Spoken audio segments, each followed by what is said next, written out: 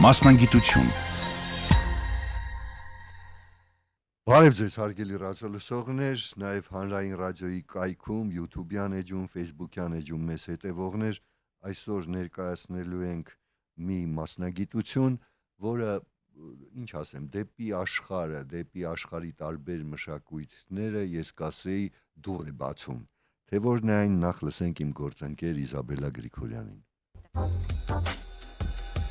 Չափազանց հետաքրքիր, յուրահատուկ, դինամիկ զարգացող եւ միշտ արդիական է այս մասնագիտությունը, որը հնագույն ժամանակներից հիմք դրեց քաղաքակրթությունների եւ միջանձնային հարաբերությունների, կատարելով ճանաչողական, գաղափարական, գեղագիտական եւ դաստիարակչական դեր։ Այն կգրավի հատկապես նրանց, որոնք սիրում են ուսումնասիրել օտար լեզուներ, ճանապարհորդել, շփվել նոր հետաքրքիր մարդկանց հետ, ունեն ինքնատիպ մտածելակերպ ու ներաշխար։ Բազմակողմանի գիտելիքներով, հաղորդակցման գերազանց հմտություններով բարձրակարգ մասնագետներ, որոնք կկարողանան արդյունավետ հաղորդակցվել տարբեր լեզվամշակույթների ներկայացուցիչների հետ եւ եզակի հնարավորություն կունենան ծանոթանալու ամբողջ աշխարհին, ամենատարբեր մշակույթների, ավանդույթների, սովորույթների։ Միջմշակութային հաղորդակցություն, ընդհանրական շփման ձև, տարբեր դավանանքի, գիտելիքների, սոցիալական կարգավիճակի եւ էթնիկ խմբի պատկանող անհատների միջև։ Մի մշակույթում ստեղծված արժեքի փոխանցումը մեկ այլ մշակույթի։ Հաղորդակցման հենասյունը հենց մշակույթն է։ Երբ տարբեր մշակութային ծագում ունեցող մարդիկ ամենատարբեր ոլորտներում շփվում են միմյանց հետ, տեղի է ունենում միջմշակութային հաղորդակցություն։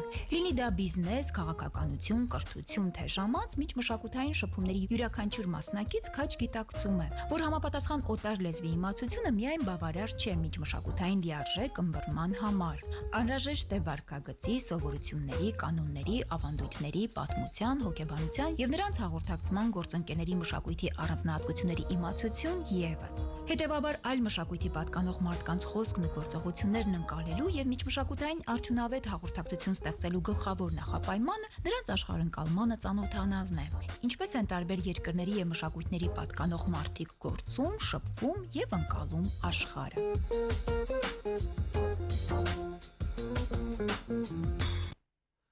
Իմ զրուցակիցն է Երևանի պետական համալսարանի միջմշակութային հաղորդակցության անգլերենի ամբիոնի վարիչ, բանասիրական գիտությունների դոկտոր պրոֆեսոր Շուշանիկ Պարոնյանը։ Բարև ձեզ։ Բարև ձեզ։ Տիկին Պարոնյան,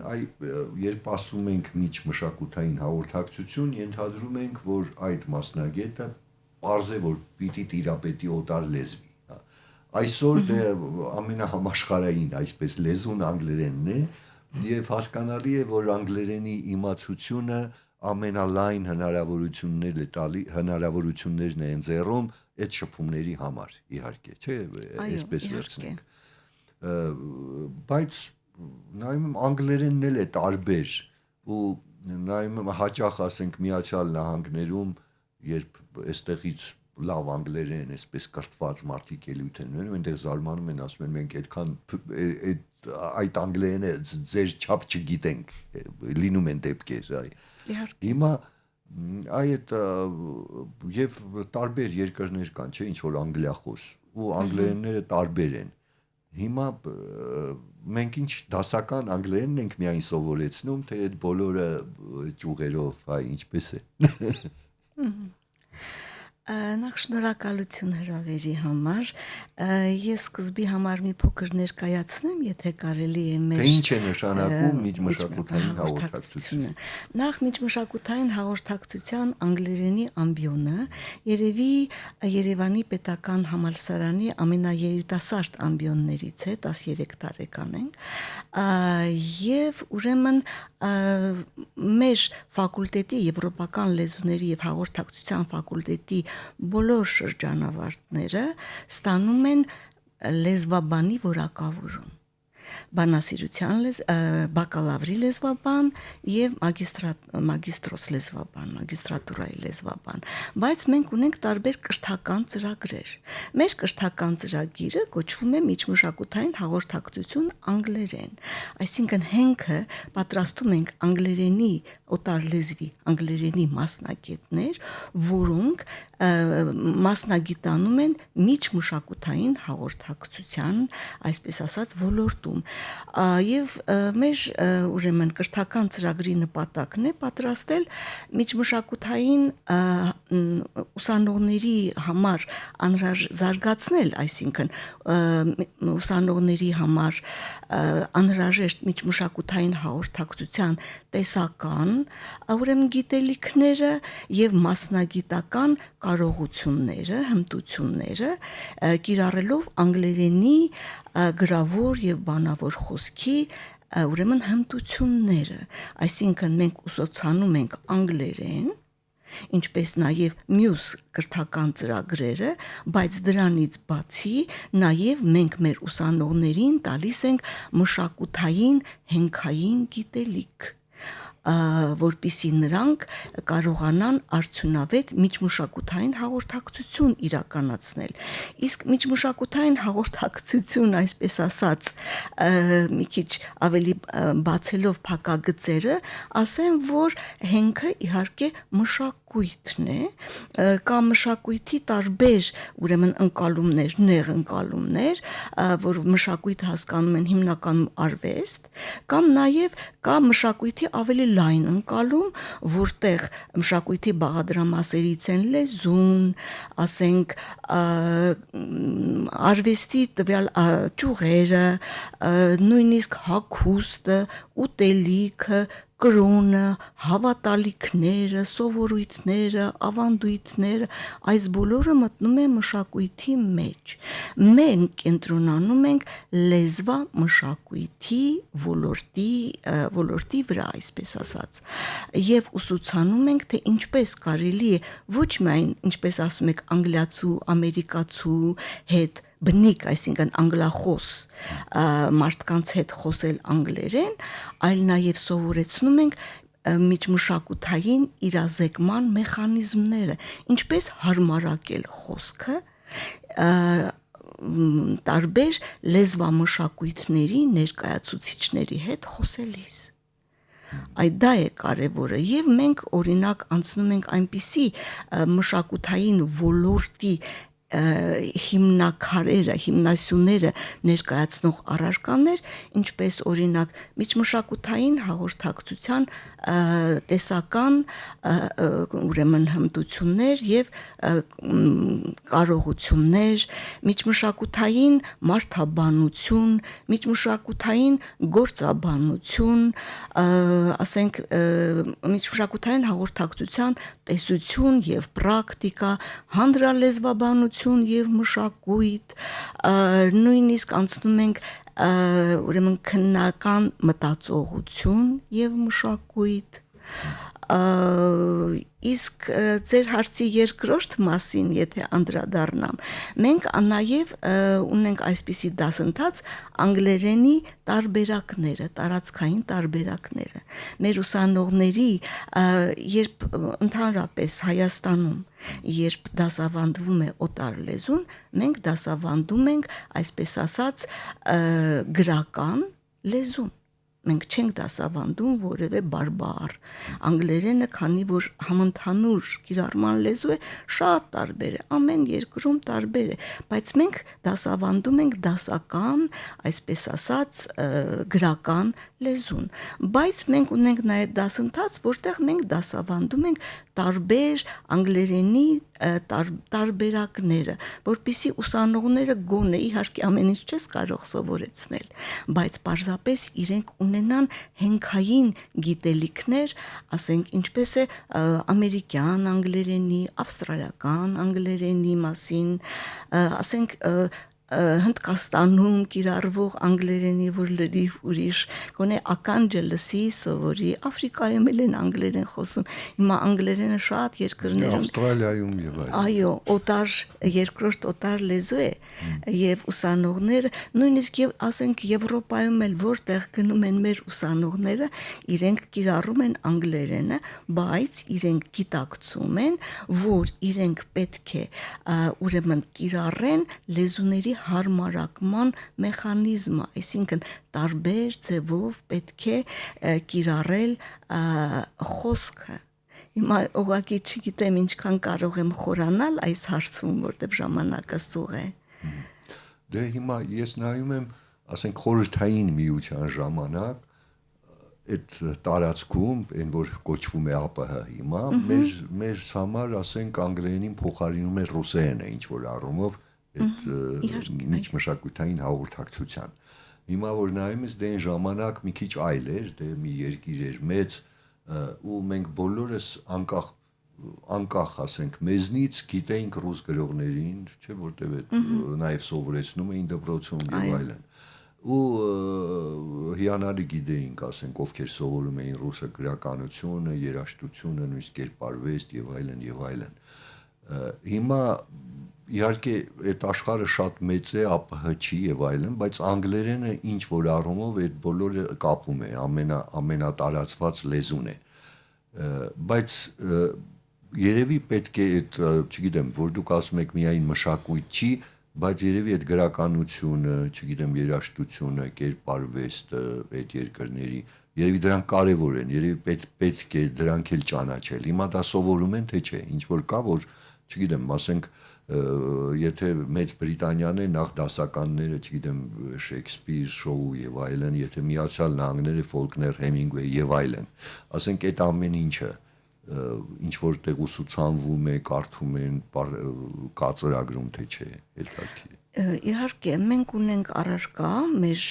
մասնագիտացումը հայրենական մշակույթի, հայրենական եւ արտասահմանյան մշակույթի պատմություն։ Իրենք անցնում են արվեստի այդ պատմությունը, մենք ունենք նաև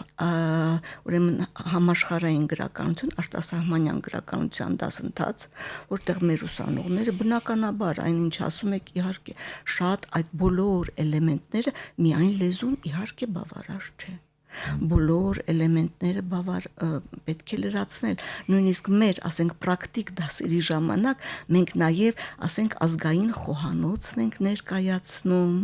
մշակույթի տարբեր ոլորտների քննարկումներ են լինում, ամեն ինչը իհարկե շատ կարևոր է կայուն հենք ստեղծելու համար։ Դե որ նայում եմ, ասենք, երբ որ մենք ասում ենք պատմությունը Հայաստանում, ասենք, դարեր շարունակ Ես կարելի ասել, որ միջմշակութային հաղորդակցության այսպես մունետիկներ էին, ներկայացուցիչներ էին, վաճառականները կարծում եմ, որ ասենք ճամփորդում էին աշխարհով մեկ եւ շատ հայտնի էին ու նաեւ վարպետ էին այդ հաղորդակցության, որովհետեւ երկրներ կար, որ միայն ասենք այդ վաճառականների նույն Չինաստանը ասենք հայ վաճառականները ունեին իրավունքներ, որ ուրիշ ոչ մի երկրի ներկայացուցիչներ չունեին, դա կարծում եմ հենց փայլուն այդ միջմշակութային հաղորդակցության իմացությունն է ծեր գալիս, ենթադրում եմ, հա, եւ այսօր էլ նույն քաղաքականության մեջ, ամեն ինչի մեջ այս կարողությունները շատ կարեւոր են ու որքան ունենանք այսպես փայլուն մասնագետներ, այնքան մեր երկիրը կշահի այդպես չի։ Իհարկե, ընդհանրապես ասեմ, որ հայի ուղեղը շատ ճկուն է։ Որ ասում եք այդ առևտրականները գնում են, իրենք մեծ դիվանագետներ էին, իրենք արդեն ինքնին առանց ուսուցում ստանալու իրենք գիտեին ում հետ ինչպես խոսեն, որպեսզի իրենց, ասենք,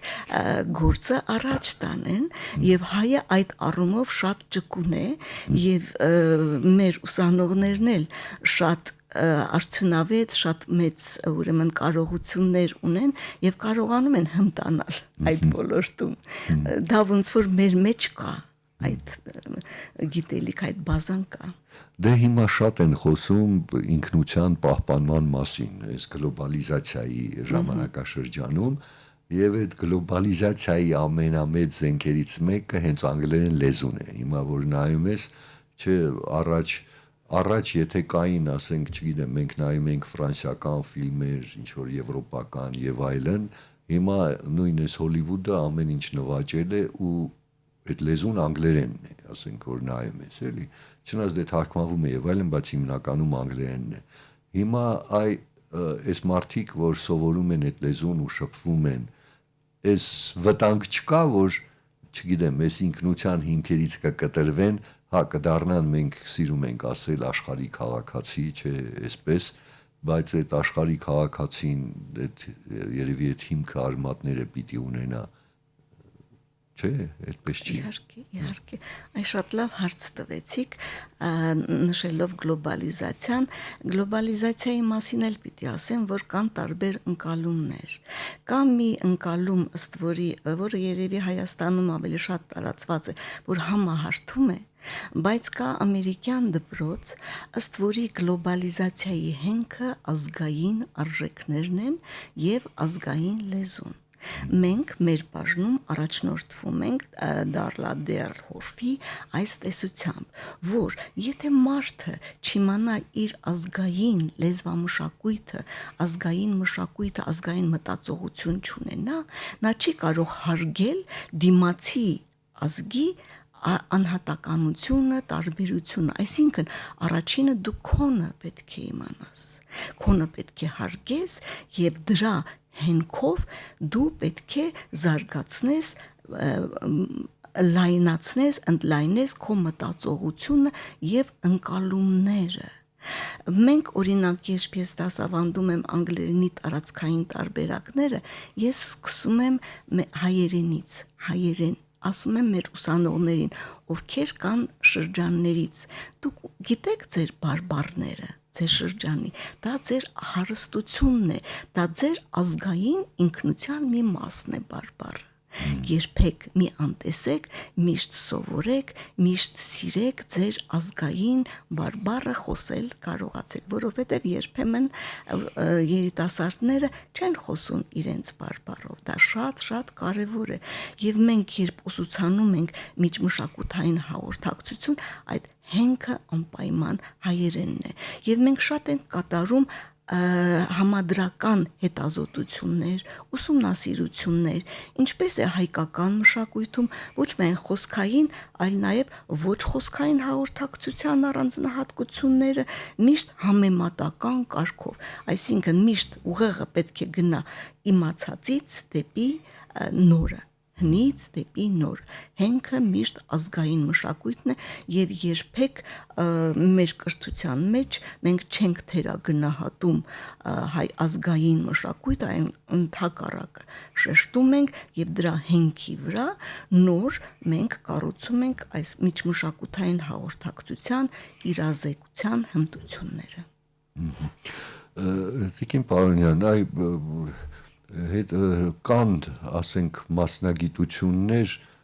առարկաներ, ես կասեի, որ, ասենք, բարձրագույն ուսումնական հաստատությունների ներկայացուցիչները բողոքում են դպրոցներից, ասենք, միջնակարգ կրթությունից, որ, ասենք, այդ գիտելիքները, որ պիտի ունենա դիմորդը, ուրեմն միջնակարգ կրթությունը չի ապահովում այսօր շատ առարկաների։ Կարծում եմ անգլերենը պիտի որ այդ խնդիրը չունենա, որովհետև նայում ես այնքան դպրոցներ կան մասնավոր եւ այլն, որ այսպես կա։ Այդ խնդիրը չկա, չէ, ասենք որ դիմորդները խնդիր ունենան, այդ նվազագույն է իմանալու այսօր։ Ձեր գծով ենթադրում եմ։ Ճիշտն ասած, մեր ամբիոնի նկատի ունեմ նույն ֆիզիկան, քիմիան եւ այլն։ Մեր ամբիոնի ընդունելության բալերի, այսպես ասած, շեմը բարձր է եւ անգլերենի իմացության բարձր մակարդակ է պահանջում, բայց դուք ճիշտ եք, հիմա ժամանակները փոխվել են եւ մեր դպրոցականները հնարավորություն ունեն անգլերեն սովորել ոչ միայն դպրոցից, որտեղ շատ հաճախ ճիշտ է մակարդակի բավարար մակարդակի վրա չի գտնվում ուսուցումը, բայց ուսանողները մեր աբիտուրիենտները նաև սովորում են համացանցից տարբեր ուրեմն ուսումնական ծրագրեր կան ֆիլմեր դիտելով տարբեր չգիտեմ վիդեոներ նայելով հնարավորությունները շատ մեծ են պարզապես դժբախտաբար ընդունելության երևի չգիտեմ պիտի հարցնեք ընդունելության կարգը մեր հարցնեմ որտեղ մենք մասնագիտությունը ներկայացնում ենք հենց այն երեխաների համար հիմնականում եւ նաեւ նրանց ծնողների ովքեր պիտի մասնագիտություն ընտրեն հա, այսպես։ Հիմա պիտի ներկայացնենք թե այդ մասնագիտության, այսպես ասած, գայթակղիչ կողմերը, ինչու ընտրեն այդ մասնագիտությունը, չէ՞։ Ուրեմն մենք դա էլ պիտի ներկայացնենք։ Դե գայթակղիչ կողմը, այսպես ասած, մեր ֆակուլտետի բոլոր ուսանողները, ովքեր ընդունվում են մեր ֆակուլտետ, ոչ միայն մեր կրթական ծրագիր, հանձնում են անգլերեն գրավոր եւ հայերեն գրավոր բոլորը կարող են, ասենք, եթե ֆրանսերեն են ուզում, մենք ունենք ֆրանսիական բաժին, ֆրանսերեն, անգլերեն, գերմաներեն, անգլերեն, իսպաներեն, անգլերեն, այնտեղ էլ կարող են կամ ֆրանսերեն, իսպաներեն, անգլերեն, կամ միայն անգլերենով կարող են ընդունվել։ Պարզապես այս որ դուք ասեցիք գիտելիքները ինչպես են բավարարեն, թե ոչ, շատ հաճախ ուրեմն ուսանող ընդունվելու համար պարապում են թեստային առաջադրանքը, որը գրավորն է, բայց շատ կարևոր է նաև բանավոր խոսքը, արտասանությունը, որովհետև ի վերջո լեզուն սկսվում է այնտեղ, որտեղ դու սկսում ես խոսել։ Եթե սխալ ես արտասանում, սխալ ես արտաբերում խոսքը քեզ չեն հասկանում, այդ դեպքում արդեն իհարկե ուրեմն լավ մասնագետի մասին չես կարող խոսել։ Հա, ես էլ մտածում եմ, որ հաճախ եթե մասնագետ չեն անգլերենի, հաճախ ասում են, որ պիտի խոսես թեկուզ սխալ, որտեվ մարդիկ հաճախ ամաչում են, չէ, սխալներով խոսել, ասում են պիտի խոսես, որ լեզուդ բացվի, բայց եթե մարդը իսկապես ուզում է դառնալ այդ լեզվի մասնագետ, նա երևի այդ ուղով չպիտի գնա, չէ՞, այսպես նայ։ Գիտեք ինչ, այսպես է հիմա ժամանակակից լեզվի ուսուցման մեջ, սխալել կա։ Երբեմն ուրեմն մենք մեր ուսանողներին հորդորում ենք, որ իրենք խոսեն, նույնիսկ երբ քերականական սխալ կա, մարդիկ կան, որոնք խոսում են, այո, ոչ մասնագետ չեն, բայց իրենց արտասահմանյան գործընկերների հետ խոսում են եւ անում են որոշակի քերականական սխալներ։ Որոշ քերականական սխալներ չեն ազդում մարդկանց ուրեմն ըմբռնելու, հասկանալու, ուրեմն հատկապես ժամանակների առումով հասկանում են ինչ է ասում, բայց երբ բառը սխալ ես արտասանում, այդ դեպքում արդեն խոսքը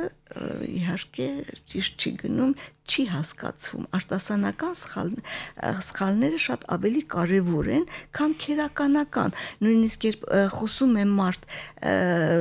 սխալ ժամանակաձև է կիրառում, ինքը գիտակցաբար հասկանում է, որ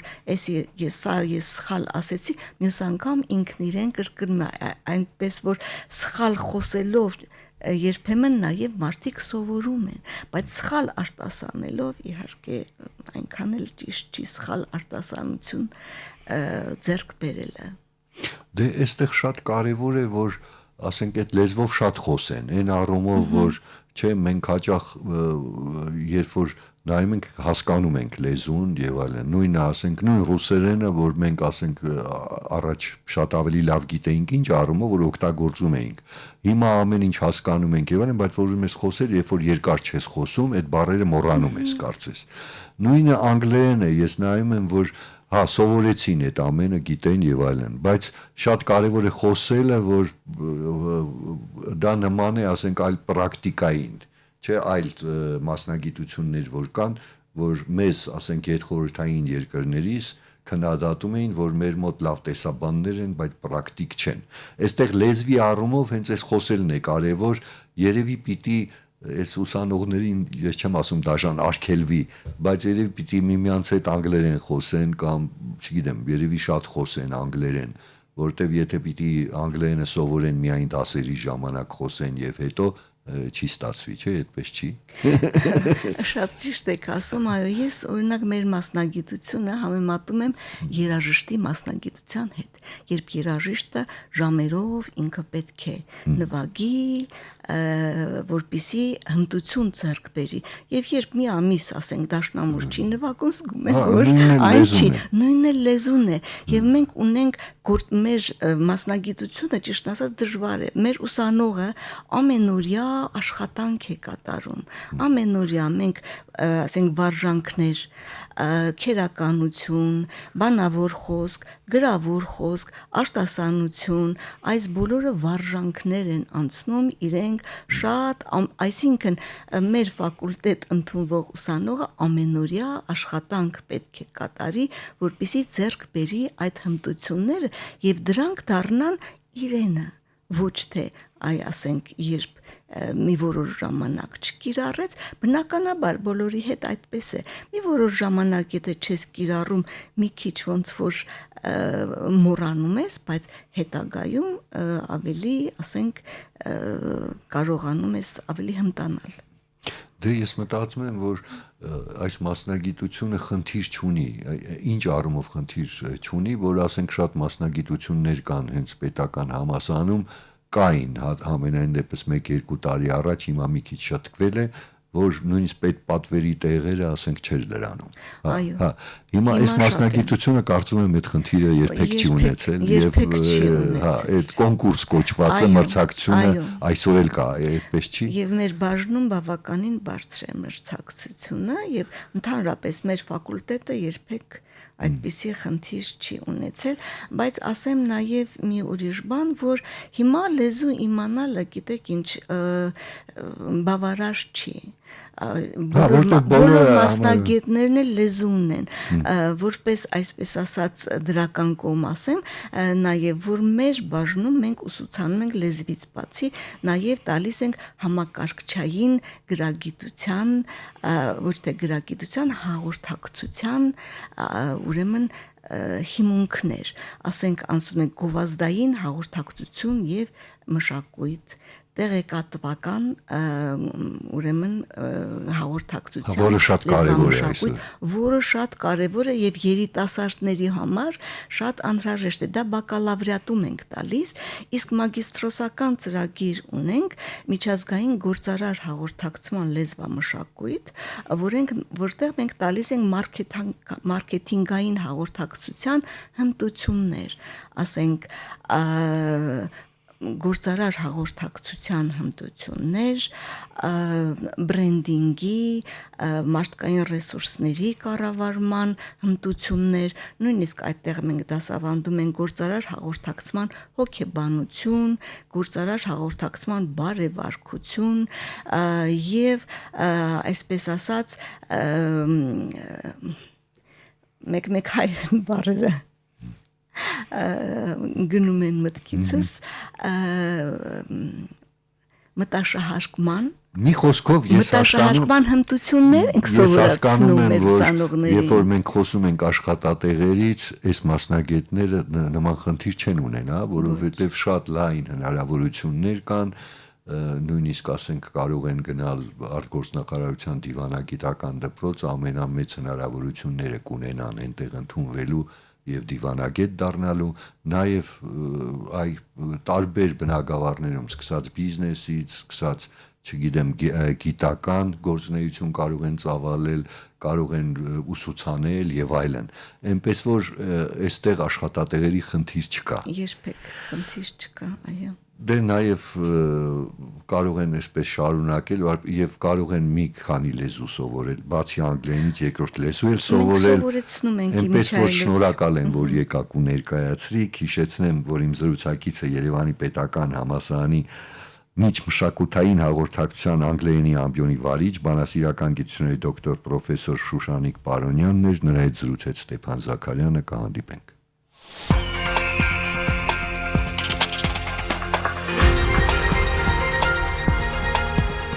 Մասնագիտություն